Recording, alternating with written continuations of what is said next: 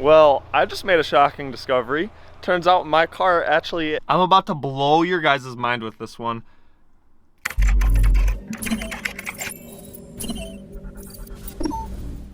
Another day, another absolutely ridiculous concept of a video. Today, we are focusing on this gem. It's the first video I'm ever making that is focusing on the 3 Series BMW. To sum it up, we're gonna be unslamming the car. I don't know if I've ever seen a YouTube video unslamming a car.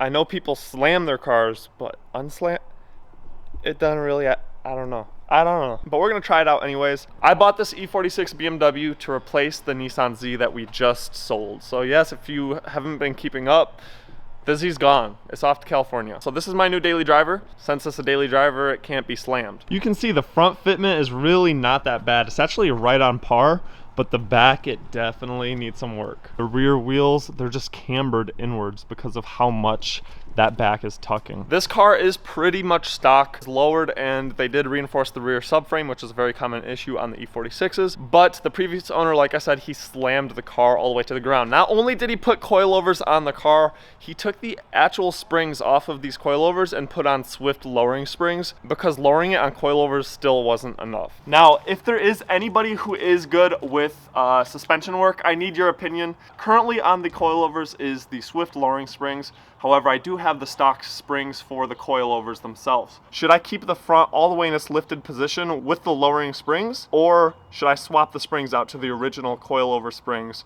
and then have it kind of in a middle to low setting? So I don't know which is preferred. If you do know the answer to that, let me know, because I'm just gonna raise them up all the way and see if it's enough, and if it's not, I'll probably swap them out. But anyways, let's get right into it. This car does look so like clapped out and ricey just because of 2 things. It being lowered and then having a sticker on that rear windshield. It literally changes the entire appearance of the car. I promise you, once we have it lifted and we remove that sticker, it's gonna look nice and clean. I don't know what this is all about. Anti-BMW BMW Club. I don't know what that's about, but we're gonna remove all that. We're putting on the license plate. We got it registered. The wheels, super dirty. We just got some cleaning up to do with the car. First things first, we need to make the car legal, just like that. The buttons are faded on the keys, so I don't know. I think that's unlocked. Also, I definitely need to get this stuff replaced because it is just chipping out. That's so bad. Oh, look at that. We still got the original BMW leather wrapped owner's manual. All right, that's impressive. You guys can just see how gross and how much work this needs, and there's so many parts everywhere you look. The back seats are full of parts, the front seats are full of parts. There was a whole exhaust right here, and it's actually kind of stained the seat. But this is all a problem for another day. You can see here the original springs that were on the coilovers. So these are the original springs that came on the coilovers that are currently on the car, and these were still not low enough for the previous owner, and he slammed it even more. Well, here is something that may be of use to me. This is BC Racing Coilover Instructions. I'm about to blow your guys' mind with this one. If you didn't watch the delivery video, you're in for a treat. It should be illegal to sell a car in the condition that this one's in. Not in terms of mechanical or cosmetic per se, just how trashed out it is. It's like kind of a common courtesy, I would think, to like, you don't have to professionally detail a car, but okay. Let me stop ranting. Let me just... That is what I'm... What is this? What is this? That is just disgusting. Is that melted food or bracelets? I can't tell. Wow. I am literally finding all sorts of, I guess you could say, goodies hidden in the car. I mean, there's also like water bottles and stuff in here too, but I don't even think I'm gonna use half of this stuff. And then there's also like deodorant stick and a wonton soup spoon. There's Reese's wrappers. There's so many random things. Oh yeah, that's right. Just when I finished cleaning out the interior of the car, well, the whole trunk needs to be done as well. I don't even know where to begin. I'm not gonna bore you guys with all of this stuff. It seems like a whole lot of junk. There are some, what appears to be some useful things in here as well. But yeah, okay, well, I just made a shocking discovery. Turns out my car actually is the M package. So, I mean, it's not the M3, it's still a 330 Ci, but it came with the M package. The reason I know this is because the owner told me he put aftermarket wheels. They're still considered BMW manufacturer wheels, but they didn't come on this car. He put 18-inch wheels on, and the original wheel, check this out. The original spare tire is still here, and it's got the M on it. So it has the M on it, and I was a little bit confused because the shifter on the car is actually the M package shifter. It's got the Alcantara with the M badge on the top, and I was confused. I thought he added that after the fact, but I guess we got an M package. So we got the interior and the trunk cleared out. Now, real quickly, we're just gonna take off whatever this says and this anti-BMW sticker. The sticker is off, but definitely left some residue behind, so we gotta clean this up a little bit. We got the goodies, let's go.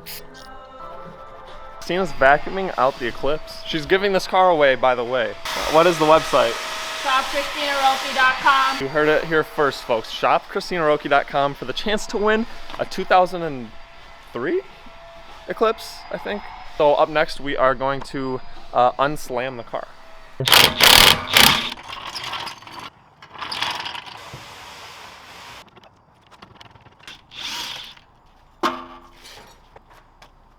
So I'm no pro, and the instructions made very little sense. However, I just did the other side, so I can pull it out and show you guys. This is the spring. This is a Swift lowering spring. It's pretty overexposed right now, but both of my hands are full. So I'm just gonna adjust these rings at the bottom while it is on the vehicle. So this is the first ring right here that I adjusted. This is basically adjusting the actual ride height, whereas this ring at the bottom, I'm gonna bring this one up to basically lock this one into place. Once you get it to your desired ride height, or what you think is your desired ride height, you're gonna go ahead and lock them, and then go get your coilover ring lock tool. Mine are right here, so one fits the top, one fits the bottom. There we go. So I'm gonna go ahead and put the wheels and tires back on the car now. I did raise up the ride height. I don't know if I raised it significantly or barely at all. I really don't know. I don't have any experience with this. I have a feeling it's gonna be kind of like the lowering links on the Mercedes. It's gonna be a lot of trial and error going up and down with the car and just a lot of adjusting. So I'm gonna lower the car and show you what it looks like, and then I probably will have to adjust it. So let's see.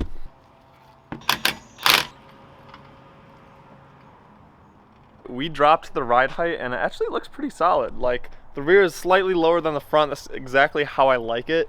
The front needs to be a little bit higher just for the turning radius and stuff like that. But let me know down below what you guys think. I think it's pretty solid. It's no longer like tucking, and there's no camber, or at least not as much. So yeah, I'm pretty happy with the fitment currently for now. Obviously it's gonna change with new wheels and a new setup, but I think it's pretty solid for now. With that being said, you guys, oh yeah, it's time to definitely clean this car. It needs a cleaning. We'll fully detail it tomorrow, but for now, let's just get a quick rinse in and maybe a quick vacuum and just clean it up a little, make it bearable. To clean it up anyways, because it's been sitting outside untouched for about 4 weeks now in the rain, and yeah, it's poor girl, poor girl.